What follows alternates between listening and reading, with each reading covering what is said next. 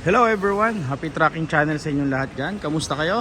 Happy tracking sa mga driver, happy tracking sa mga owners dyan, happy tracking sa mga napadaan lang sa ating video.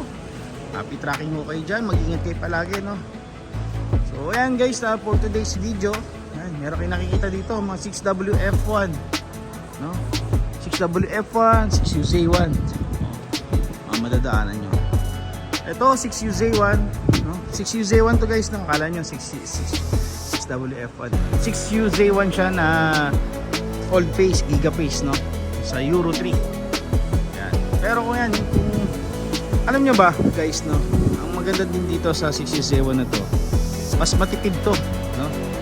Pero mas accurate sa data ang ganitong 6UZ1 na Euro 4. Although ito naman okay din to, pero mas may power to kaysa dito kahit luma siya. I mean yung model niya guys, no?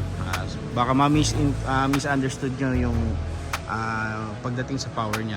So doon na nga papasok guys yung tanong na ilan horsepower nito at dito. So okay, re-research natin yan guys kung ilan ang horsepower nitong dalawang to, no? Pero sure na ako na hindi sila magkaparehas. Ang alam ko ang horsepower lang nito is nasa 283, no?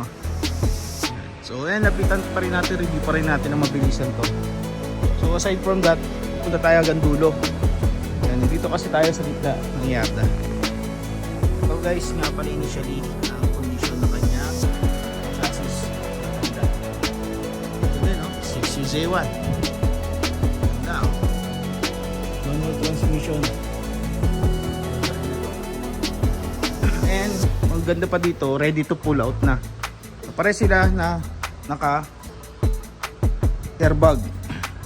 Ngayon, may nagtanong din sa atin, no, kung meron bang double differential sa 6UZ1. Actually sir, tama kayo, meron po yan, pero napakadalang lang din dumating.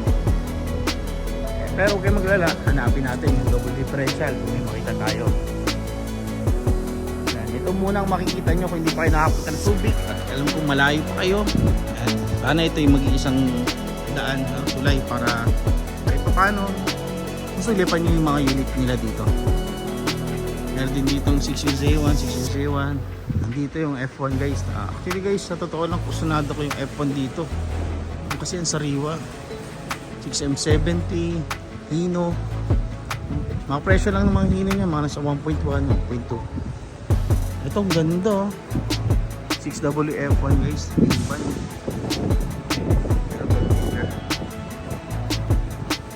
Ito 6UZ1.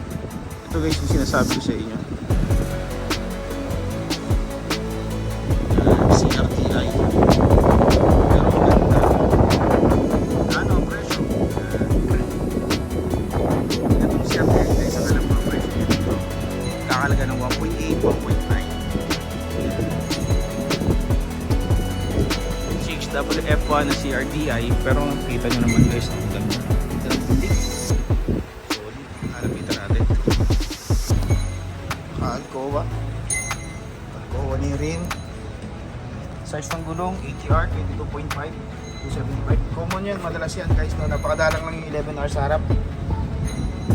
Yung kanyang rear chassis. Ganda. Makinis pa.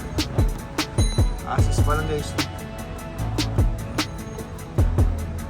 So yan, ikutin pa natin. Ito nga pala yung single depth. Ayan, center post. Ganda yung center post talaga sa unit. Original body, no? Yung chassis mo, meron yung original body. Airbag, ganda pa yung kondisyon ng gulong nyo. Maxi air type, napalagay yung kanya braking system. Start naman. Okay, ito din.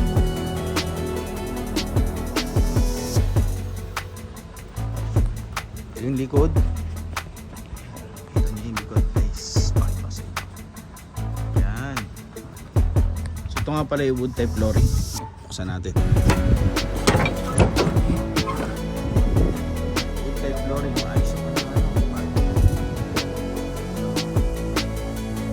So yan, yung mga presyo nga pala guys, remind ko kayo sa 1.8, 1.9 kakalagang mga presyo nito dito sa kanila. Then assist condition pa lang yun guys. Sa assist condition, what you see is what you get. Pero sa assist, meron silang ginagawa dyan. ginagawa nila, kinakabit nila yung aircon. Depende yun guys, no, sa usapan nyo pagdating sa assist, at depende yun sa usapan nyo pagdating sa pagre-record. Yan. Hindi na tayo makakapasok sa loob. Yan, nakasarado. Manual transmission.